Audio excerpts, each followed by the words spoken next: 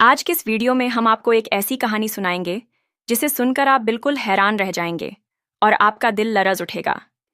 किस तरह एक चाचा अपनी ही भतीजी पर गंदी नजर डालने लगता है और फिर वह उसके साथ क्या करता है। यह सुनकर आपके रोंगटे खड़े हो जाएंगे और आप लोगों की आंखों से आंसू निकल आएंगे। तो आप लोग इस कहानी को आखिर तक जरूर देखें। अगर कहानी पसंद आए तो इसे लाइक करें, साथ ही करीबी लोगों के साथ शेयर भी जरूर करें। अगर आपने अभी तक हमारे YouTube चैनल को सब्सक्राइब नहीं किया है तो voice of Syeda YouTube channel को सब्सक्राइब कर लें। तो चलिए शुरू करते हैं। वीडियो। सरद हवाओं ने गांव की फिजा में एक अजीब सी खामोशी बिखेर दी थी। मिट्टी के घरों के दरमियां सन्नाटा पसरा हुआ था। झारा, जो अभी अभी 17वीं बहार में दाखिल हुई थी, अपने सादा लेकिन पुरकशिश हुस्न के साथ हर आंख का मरकज बन चुकी थी। उसके चेहरे पर मासूमियत का ऐसा असर था कि इंसान चाहकर भी नजरें फेर न सकता था। झारा का बाप बरसों पहले एक हादसे में इंतकाल कर गया था। माँ, जो अब बीमार और कमजोर हो चली थी, दिन रात दुआओं में उसके लिए अच्छा मुकद्दर मांगती रहती थी। घर की जिम्मेदारियां कमसिन कंधों पर थीं, मगर झारा सब कुछ सब्र और हिम्मत के साथ संभाल रही थी। इसी घर में उसका चाचा ताहिर भी रहता था। ताहिर, जो कि 50 साल का था, बज़ाहिर सबके सामने नेक और शरीफ बनता फिरता था, लेकिन अंदर से उसका दिल सियाह था। झारा बचपन से उसे चाचा समझकर इज्जत देती रही थी, मगर अब जब उसकी जवानी के रंग खुलने लगे थे, ताहिर की आंखों की हवस भरी चमक छुपाए न छुपती थी। पहले तो ताहिर नजरों ही नजरों में झारा को तकता रहा, लेकिन धीरे धीरे उसकी जुर्रत बढ़ने लगी।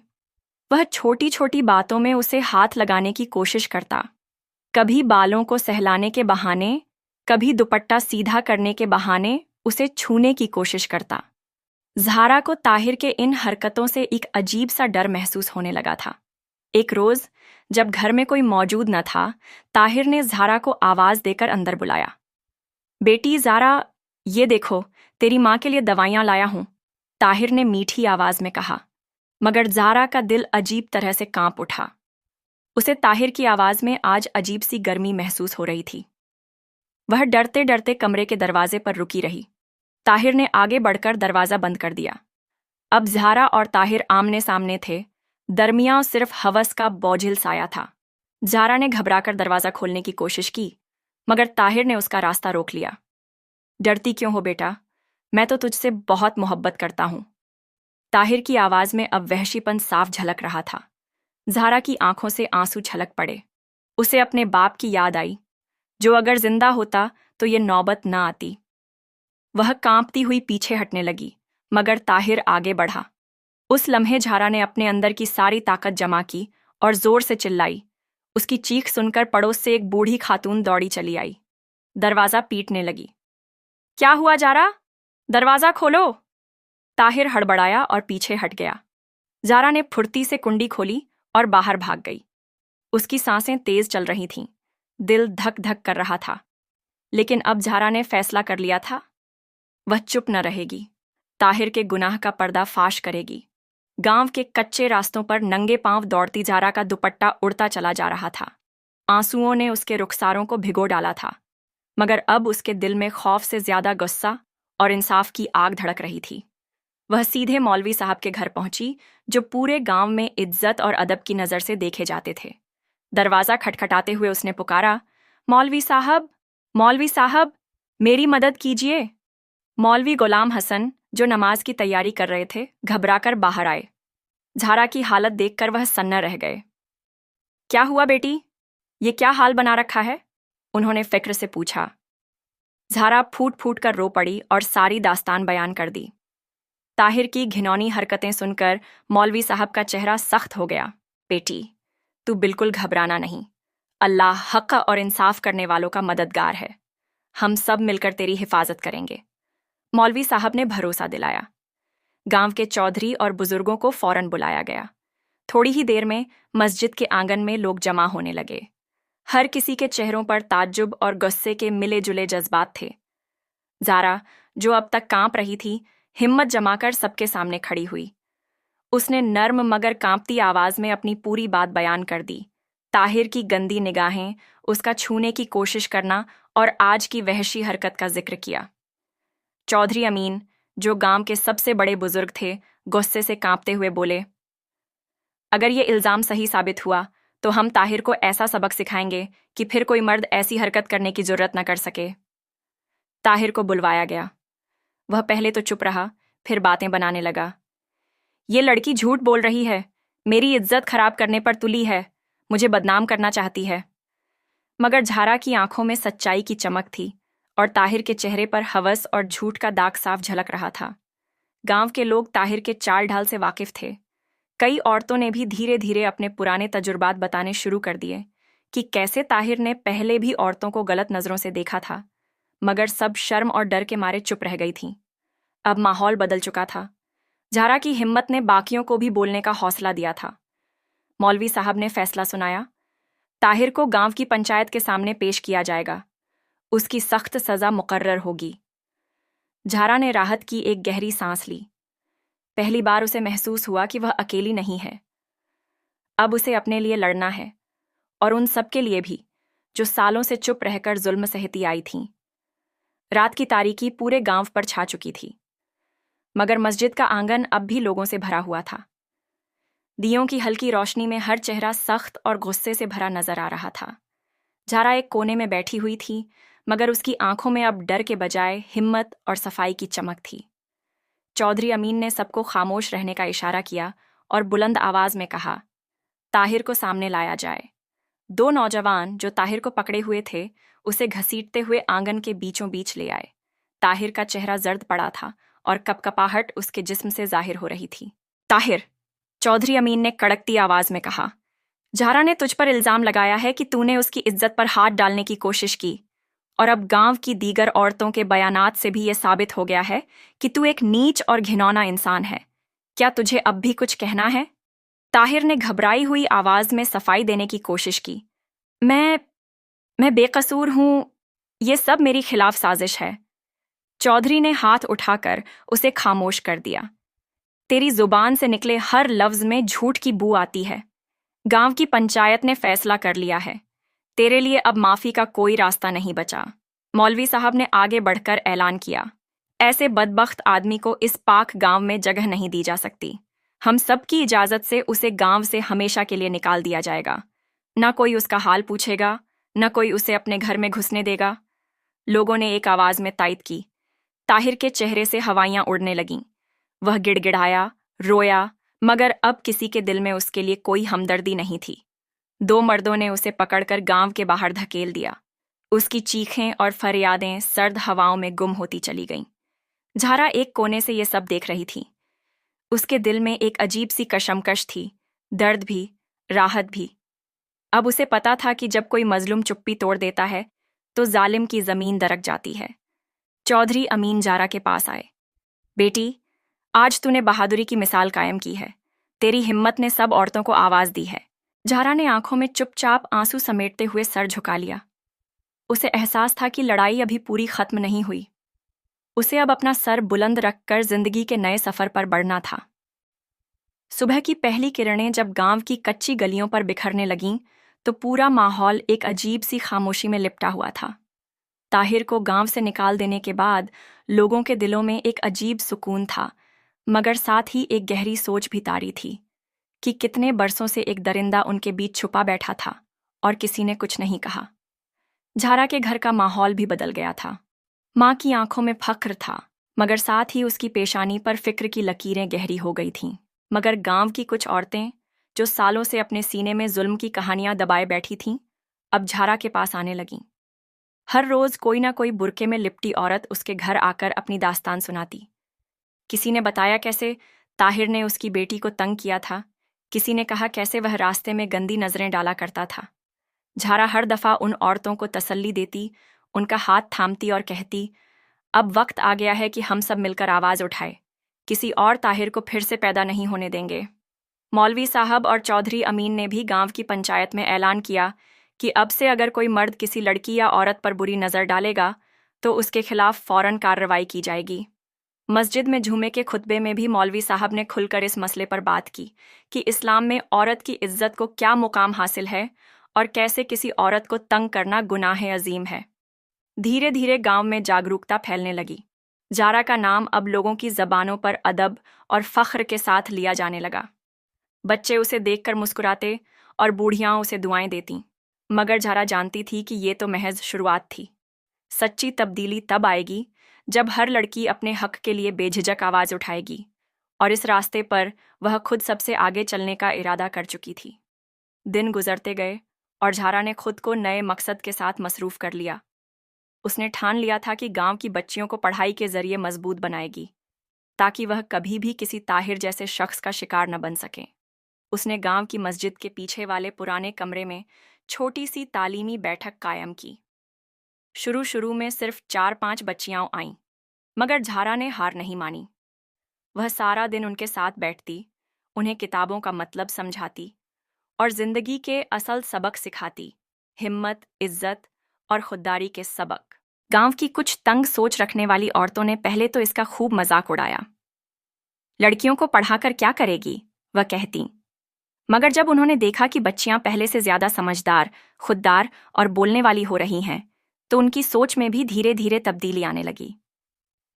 एक दिन गांव की एक बुजुर्ग खातून, बीबी हलीमा, जो ताहिर की रिश्तेदार थी, झारा के पास आई। बीबी हलीमा के चेहरे पर शर्मिंदगी की झलक थी। बेटी ज़ारा, उन्होंने धीमी आवाज में कहा, हमसे गलती हुई। हम सालों चुप रहे जब ताहिर जैसे लोग हमारी बेटियों पर बुरी नजर डालते रहे। आज तुझे देखकर अफसोस होता है कि हम पहले क्यों नहीं बोले। जारा ने अदब से उनका हाथ थामा और कहा, बीबी अम्मी, अब भी देर नहीं हुई। अगर हम आज खड़े हो जाएं, तो आने वाली नस्लों को बचा सकते हैं। इस बात ने बीबी हलीमा के दिल पर गहरा असर डाला। उन्होंने ऐलान किया कि वह भी बच्चियों की तालीम में जारा का हाथ बंटाएंगी। धीरे धीरे और भी औरतें जुड़ने लगीं। अब वह पुराना कमरा एक छोटी सी स्कूल बन चुका था, जहां बच्चियां न सिर्फ पढ़ना लिखना सीखतीं, बल्कि अपने हक के लिए आवाज बुलंद करना भी सीख रही थीं। गांव के मर्द भी अब अपने घर की औरतों की इज्जत करने लगे थे। ताहिर का नाम अब एक बदनामी का निशान बन चुका था, और लोग अपनी बच्चियों को कहते, ज़हरा की तरह बहादुर बनो। ज़हरा की माँ हर नमाज के बाद दुआ करती थी, या रब, मेरी बेटी की राह आसान कर और उसे हर बुराई से महफूज रखना। ज़ारा जानती थी कि उसने जो रास्ता चुना है वह आसान नहीं, मगर उसके इरादे फौलादी थे। वह ताहिर जैसे हर शैतान का मुकाबला करने को तैयार थी, न सिर्फ अपने लिए बल्कि हर उस लड़की के लिए जो कभी चुप रही थी। गांव में अब एक नई जागरूकता की लहर दौड़ चुकी थी। झारा का नाम हर जुबान पर था। वह नन्ही बच्चियों के लिए मिसाले जुरत बन चुकी थी। मगर जहां रोशनी होती है, वहीं अंधेरे भी खुद को बचाने की कोशिश करते हैं। कुछ मर्द, जिन्हें अपनी मर्जी चलाने की आदत थी, झारा की तरक्की और असर से खफा थे। उनकी महफिलों में अक्सर झारा के खिलाफ बेतुकी बातें की जातीं। लड़कियों को पढ़ाकर बिगाड़ रही है, वह कहते। कल को ये हमारे खिलाफ खड़ी हो जाएंगी। एक रात जब झारा अपने छोटे से स्कूल से घर लौट रही थी, तो उसे रास्ते में कुछ अजनबी सरगोशियां सुनाई दीं। वह संभल कर चलने लगी, मगर उसकी ममता और बहादुरी उसे डरने नहीं देती थी। अचानक एक झुंड में 3-4 मर्द सामने आ गए। उनके चेहरों पर नकाब था, मगर उनकी आंखों में नफरत और गुस्सा साफ झलक रहा था। ज़ारा, एक ने गुर्रा कर कहा, बहुत सर चढ़ा लिया तूने, अब तुझे सबक सिखाएंगे। ज़ारा ने एक पल के लिए खुद को संभाला। उसने पास पड़ी हुई लकड़ी का टुकड़ा उठाया और सीधी आंखों से उन्हें देखा। अगर मेरे रास्ते में आए तो खुदा की कसम लड़ते लड़ते मर जाऊंगी, मगर हार नहीं मानूंगी। उसकी आवाज फौलादी थी। मर्द एक पल के लिए ठिठक गए। वह उसकी आंखों में सच्ची बहादुरी देख चुके थे, वह बहादुरी जो डर को चीर कर निकलती है। इतने में गांव के कुछ और लोग भी पास आ गए, जो शोर सुनकर बाहर निकल आए थे। क्या हो रहा है यहाँ? चौधरी अमीन की बुलंद आवाज गूंजी। नकाबपोश मर्द डरकर भाग खड़े हुए। झारा ने राहत की सांस ली, मगर उसके दिल में ये बात बैठ गई थी कि जुल्म और बुराई इतनी आसानी से हार नहीं मानती। उसे अपनी मुहिम को और मजबूत करना होगा। चौधरी अमीन झारा के पास आए। बेटी, अब तुझे अकेला नहीं चलना पड़ेगा, हम सब तेरे साथ हैं। झारा ने दिल में ठान लिया, अब यह जद्दोजहद सिर्फ पढ़ाई तक नहीं रहेगी। वह गांव की हर लड़की को ये सिखाएगी कि जब भी कोई उनकी इज्जत या हौसले पर हाथ डालने की कोशिश करे, तो वह उस हाथ को तोड़ दें। उस रात ज़ारा ने आसमान की तरफ देखा। चांदनी उसकी आंखों में चमक रही थी। वह जानती थी कि लड़ाई लंबी है, मगर जीत उसी की होगी जो सच्चाई और हिम्मत से लड़े। सुबह का उजाला फैलते ही जारा ने अपने इरादों को नए सिरे से मजबूत कर लिया। उस रात के वाक़ये ने उसे सिखा दिया था कि अब उसे न सिर्फ लड़कियों को पढ़ाना है, बल्कि उन्हें अपनी हिफाजत करना भी सिखाना है। वह गांव की मस्जिद के बड़े आंगन में सब बच्चियों और औरतों को इकट्ठा करने लगी। पहले तो कुछ लोगों ने ऐतराज़ किया, मगर जब चौधरी अमीन ने खुला ऐलान कर दिया कि झारा की कोशिशों को पूरा गांव सरपरस्ती देगा, तो धीरे धीरे हर घर की बेटी, बहन और माँ वहां आने लगी। झारा ने तालीम के साथ साथ खुद एहतियाती तदाबीर भी सिखानी शुरू कर दी। कैसे कोई अजनबी नज़दीक आए तो फौरन शोर मचाएं, कैसे अपने इर्द गिर्द के माहौल को समझें, कैसे अपनी हिम्मत को कभी कमज़ोर न पड़ने दें। उसकी बातें बच्चियों के दिलों में उतरती जा रही थीं। वह अब सहमी हुई मासूम बच्चियां नहीं रहीं, बल्कि उनमें खुददारी और आत्म-एतमाद की चमक आ गई थी। गांव की बुजुर्ग औरतें भी ज़ारा के जज्बे को सलाम करने लगीं। कई औरतों ने तो अपने घरों में छोटी छोटी तालीमी बैठकों का आगाज कर दिया। अब हर गली, हर चबूतरे पर तालीम, इज्जत और हिम्मत की बातें होती। ताहिर की गंदी सोच ने जिसे नफरत और शर्म का बीज बोने की कोशिश की थी, अब वहीं से इज्जत और रोशनी के फूल खिल रहे थे। एक दिन गांव के दूर दराज इलाके से एक औरत अपने 3 बच्चों को लेकर आई। उसका चेहरा दुख से भरा था। झारा बेटी, उसने कहा, हमारे इलाके में भी एक ताहिर है, मगर कोई आवाज उठाने वाला नहीं। झारा ने उसका हाथ थाम कर कहा, बहन, अब तुम अकेली नहीं हो, हम सब तुम्हारे साथ हैं। तुम सिर्फ एक आवाज बुलंद करो, पूरी बस्ती तुम्हारे पीछे खड़ी होगी। उस रोज झारा ने महसूस किया कि उसकी जद्दोजहद अब सिर्फ अपने गांव तक महदूद नहीं रही, बल्कि वह एक चिंगारी बन चुकी थी जो आसपास के इलाकों में भी फैलने लगी थी। रात को माँ ने झारा के बालों में उंगलियां फेरते हुए कहा, तू मेरी बेटी नहीं, मेरी मास्टरनी है। तूने मुझे भी सिखा दिया कि खामोशी कभी हल नहीं होती। झारा मुस्कुराई। उसकी आंखों में चमक थी, उम्मीद की, इज्जत की और एक ऐसे कल की जिसमें कोई ताहिर सिर उठाने की हिम्मत नहीं करेगा। मगर ताहिर अभी भी गांव के किनारों में छुपा फिरता था। उसकी आंखों में झारा के लिए बद्दुआओं की आग भरी थी।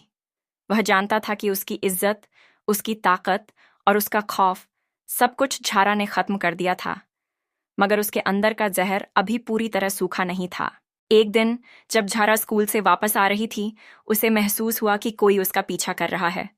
वह चौकन्नी हो गई। चलते चलते उसने एक पतली गली का रुख किया और अचानक मुड़कर देखा। ताहिर वहीं खड़ा था, उसकी आंखें सुर्ख, चेहरा गुस्से से तमतमाया हुआ।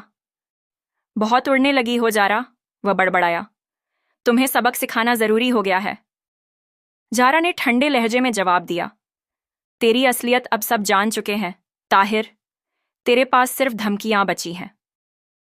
ताहिर ने आगे बढ़ने की कोशिश की, मगर तभी पीछे से कई औरतें, बीबी हलीमा, रूबीना और बाकी बहनें आ गईं। उनके हाथों में डंडे और लाठियां थीं। वह सब झारा के साथ थीं। हाथ बढ़ाया तो हाथ तोड़ देंगे, बीबी हलीमा की बुलंद आवाज गूंजी। ताहिर बौखलाकर पीछे हटा। वह जान चुका था कि अब झारा अकेली नहीं, पूरा गांव उसके साथ खड़ा है। शर्मिंदगी और खौफ ने उसे वहां से भागने पर मजबूर कर दिया। जारा ने अपनी बहनों की तरफ देखा। उनकी आंखों में जज्बा था, उनका लहजा फौलादी था। यही असल जीत थी।